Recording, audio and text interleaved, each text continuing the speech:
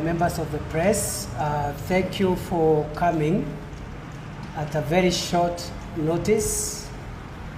We want to appreciate your response and apologize for the very short notice. I would like to say a few things concerning the security of our country. And you'll excuse me, I'll keep it brief, and I'll rush for an urgent matter in few minutes. It's good to see all of you, especially in my latest capacity as Minister for Interior and National Administration. I would like to say the following.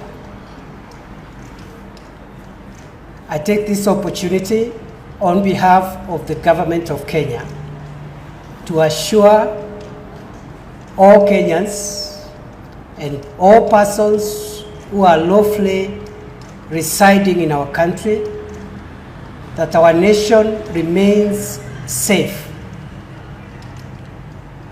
In this regard, I would like to appreciate the patriotic and gallant role that is played by our security agencies. And at this moment and on this occasion, I take this opportunity to thank all our officers who are responsible for the internal security of our country, for the sacrifices that they continue to make in making their fellow citizens and other people who are lawfully in Kenya safe together with their property.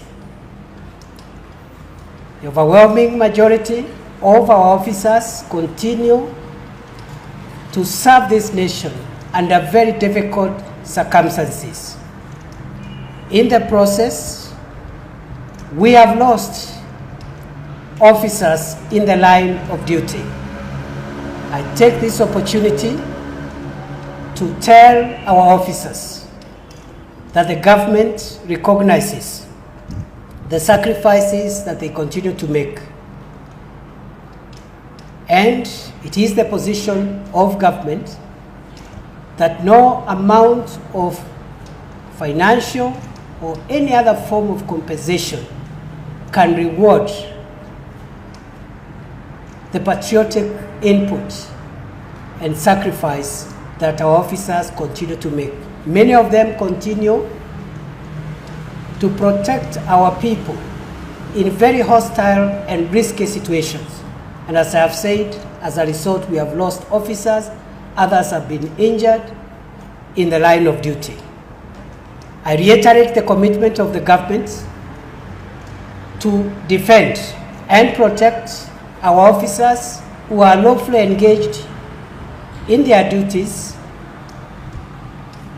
and take this opportunity to confirm and assure them the government and I personally, as the minister responsible for Interior, will protect them, defend them, and make sure that their sacrifices, their contribution is recognized, appreciated, and guarded jealously.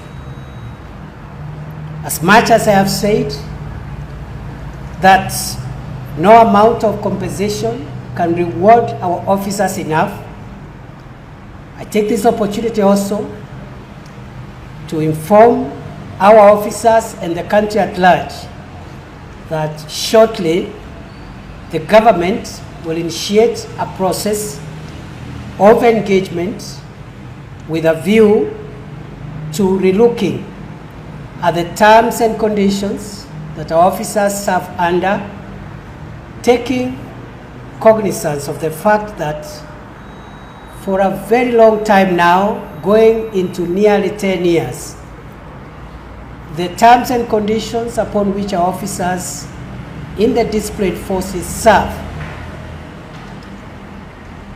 have not been reviewed with a view to adjusting them to the cost of living.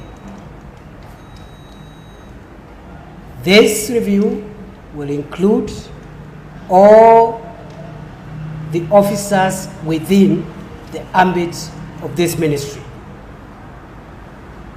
We shall be announcing shortly how this will be rolled out, how long it will take, and the kind of output that we expect from that process. Having said so, and in spite of the general safety and stability of the country, the government has noted and appreciates that we continue to face significant security challenges.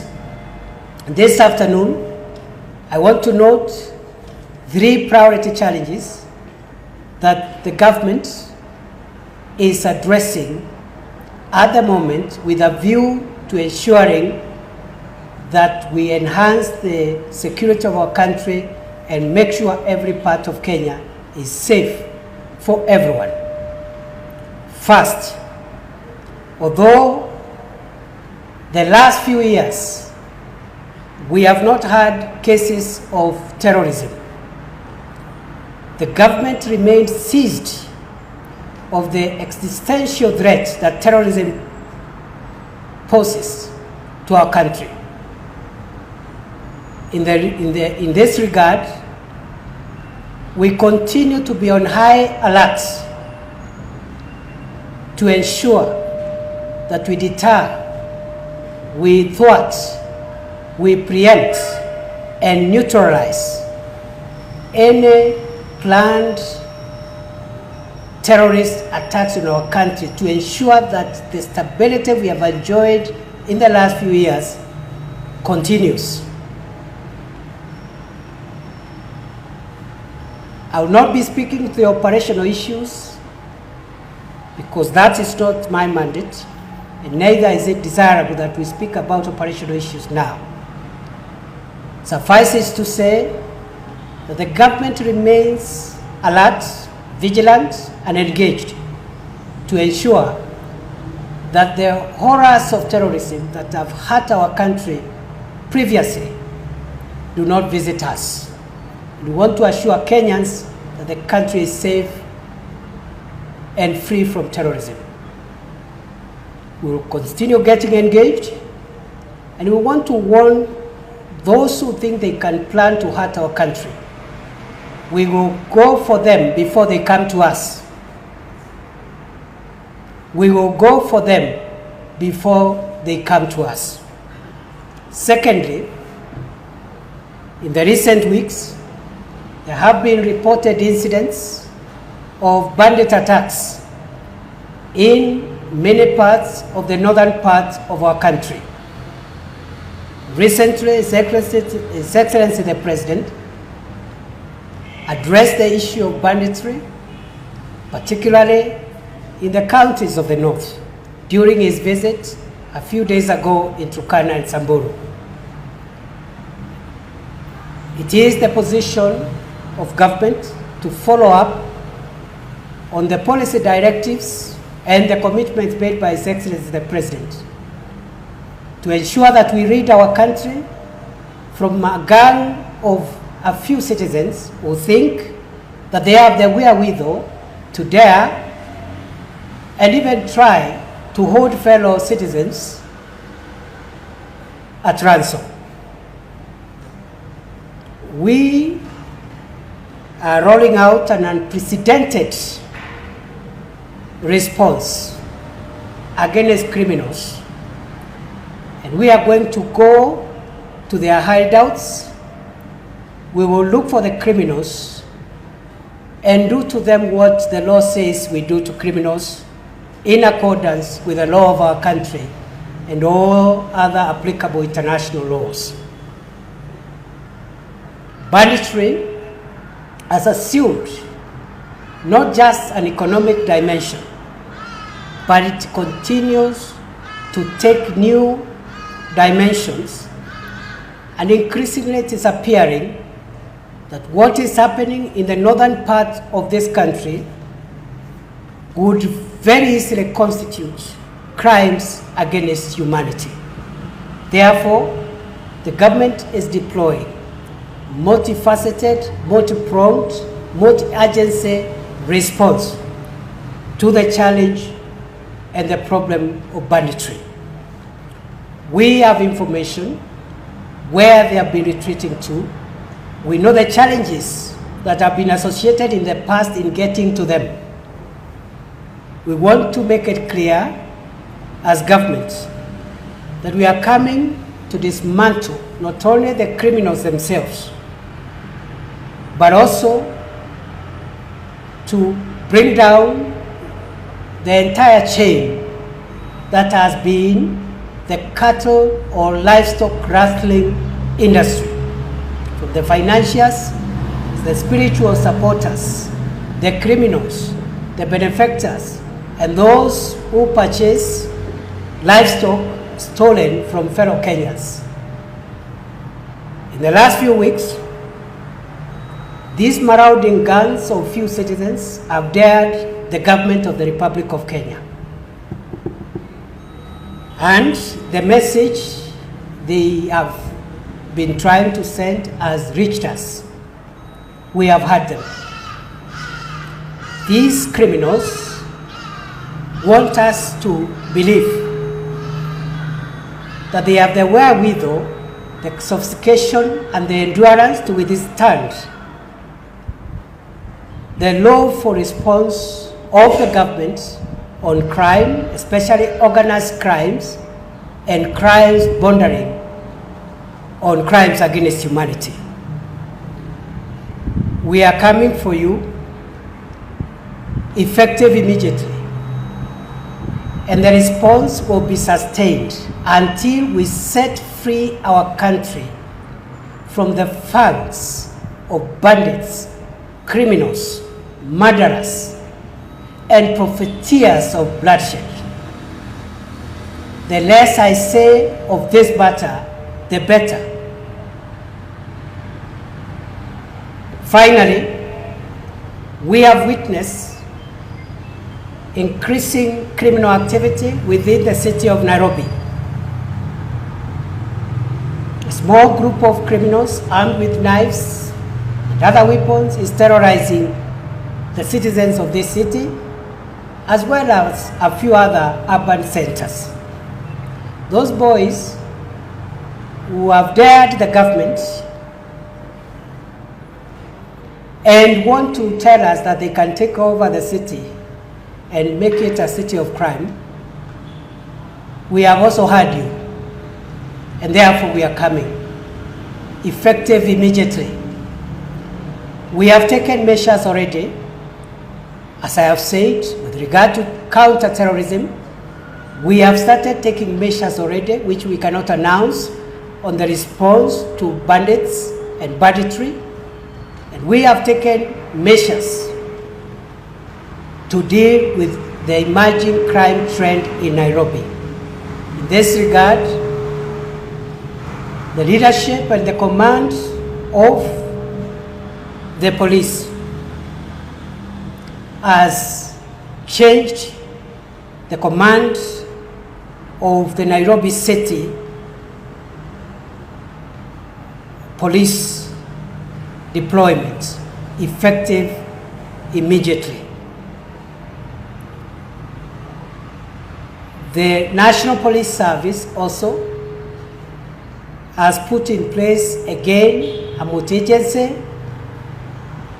multi-discipline response to this problem to get these our errant sons, maybe daughters, to get them out of our streets and put them where criminals belong to.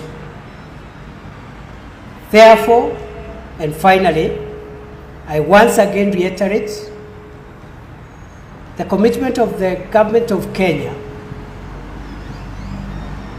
to make sure Kenya remains safe. We cannot trade off our freedom and our security for anything. Not for votes, not for anything. And I say so because some of these criminal activities will soon begin taking a political dimension. As I said earlier on, during the process of my approval, Bandits, terrorists, and other criminals of whatever type have no tribe, they have no political affiliation. Therefore, this administration will spare no effort to make sure that we retain normalcy. We must open up the Kenya of the North to development. And the entry point of that opening up of Northern Kenya is by releasing it from criminals and making it a safe place for investors and government officials engaged in development activities as well as development partners.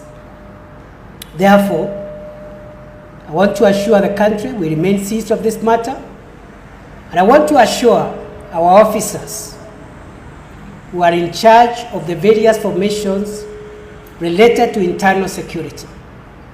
The government will support you, facilitate you, and make sure that as you perform this gallant, sometimes risky service to the nation, you will not be victimized. A few cases that might arise of unlawful use of weapons will be handled in the normal way. I therefore urge all officers to use the responses that we are commencing within the law, comply with the standing orders of the police, comply with the law relating to criminal conduct, that is the Penal Code, Cap 63 of the laws of Kenya, the Criminal Procedure Code,